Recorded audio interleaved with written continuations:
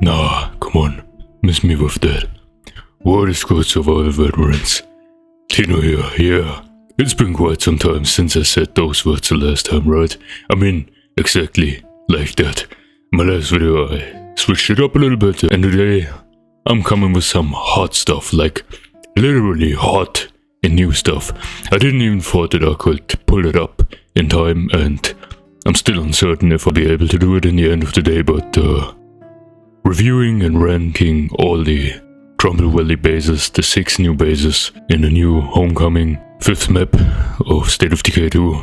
And without further ado, let's start it and keep the disclaimer in front of you that this is my opinion.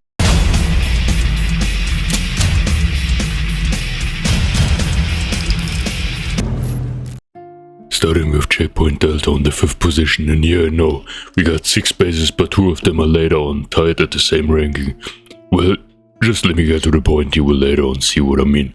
Checkpoint Delta is, along with the Fire Watchtower of Providence Ridge, the only individual starter base, and furthermore it has a great map location, but trust me, if I tell you it was the hardest map to rank all the bases since most of them are good, but Delta has 4 parking lots, and that's it with the list of advantages.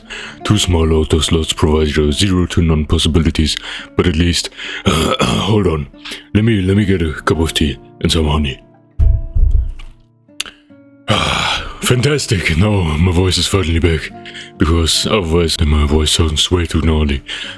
But yeah, 2 small auto slots provide you 0 to none possibilities, but at least it comes with 4 beds.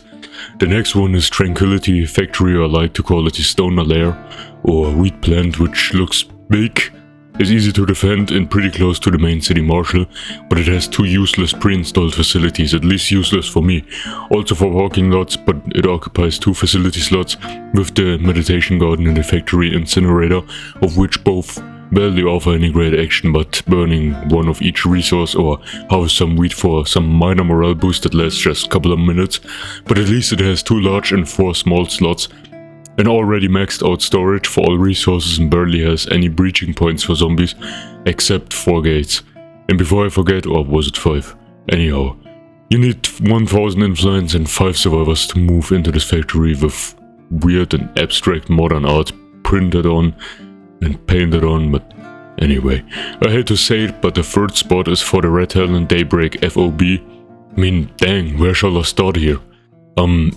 Pretty much aware that this base looks great and is beloved and has the Ferris wheel, but it was a service spot in SOD1, which isn't in this case. It has all the prefabs, Radeon facilities, but except the Radeon Watchtower and the free Radeon contractor you can get there, by mission it's extremely weak if you ask me.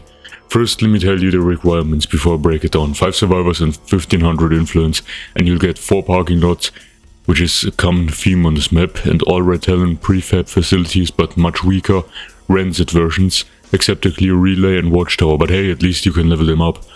The location isn't the best, for not saying terrible, but I already had my issues in State of Decay 1 with the Trumbull County Fairgrounds, but at least it was a huge base, can't even talk no more, and I have to admit, leaving this military area here blank without a single base will feel even worse, so it's good to have one up there. The 2nd spot is one that you might see me put on a 1st, since I've been asking for a military base for years, and of course me as an active Spec Ops contractor would love a HQ, and I mean an actual fort, not a small hideout like the Radeon FOB, but I'm not a fan of huge bases or having more than 6 survivors on my team. This base has the best location by being in Marshall, being easy to defend, oh, and by the way, I'm talking about Fort Marshall, if you haven't come to that conclusion yet. Well, easy to defend, coming with a sniper tower, level 2 shooting range, military clinic, and if you level that up to military clinic 2, it's an infirmary 3 equivalent, and currently it requires to have 8 survivors and 2000 influence, but the latter one might have gotten mixed up with the farmland compound, and this should cost 3500 influence, while the farm should be at 2k, since this one asks you to have 8 survivors. But yeah, it looks very neat, and you get 6 beds in a small spot, but other than that it doesn't feel like the huge 8-man base, since you're very limited with the facilities, as the fort only has 2 large and 1 small slot to customize, and I hate being that limited in the base setup, otherwise I'm used to being limited. And as I said, there are 2 bases sharing a spot, and in this case the 2 strongest home sites The farmland compound only asks you to bring 6 survivors but 3500 influence at this time of the beta, which might be changed for Fort Marshall, since it seems wrong as the huge 8-man base usually ask that price. Nonetheless, this base is bigger. Actually the biggest base in the entire game, not just on Trumbull Valley and being bigger than Fort Marshall.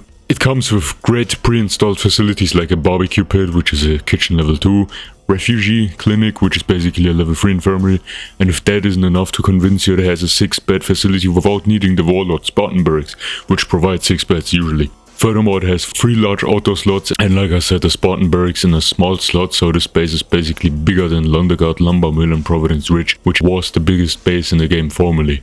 And did I told you that this base has no breaching points and a neat overview from the barn like a sniper spot? Maybe the location might scare off some of you since it's in the middle of the boondocks.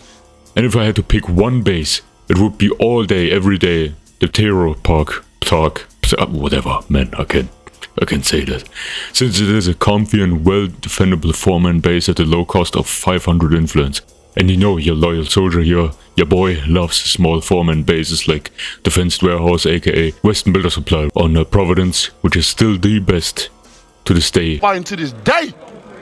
To this day! To this day! In my humble opinion. Anyway, I love the layout. The location is pretty close to the New Hope Church, which was the starter base in SOD1, so it's a nostalgia trip.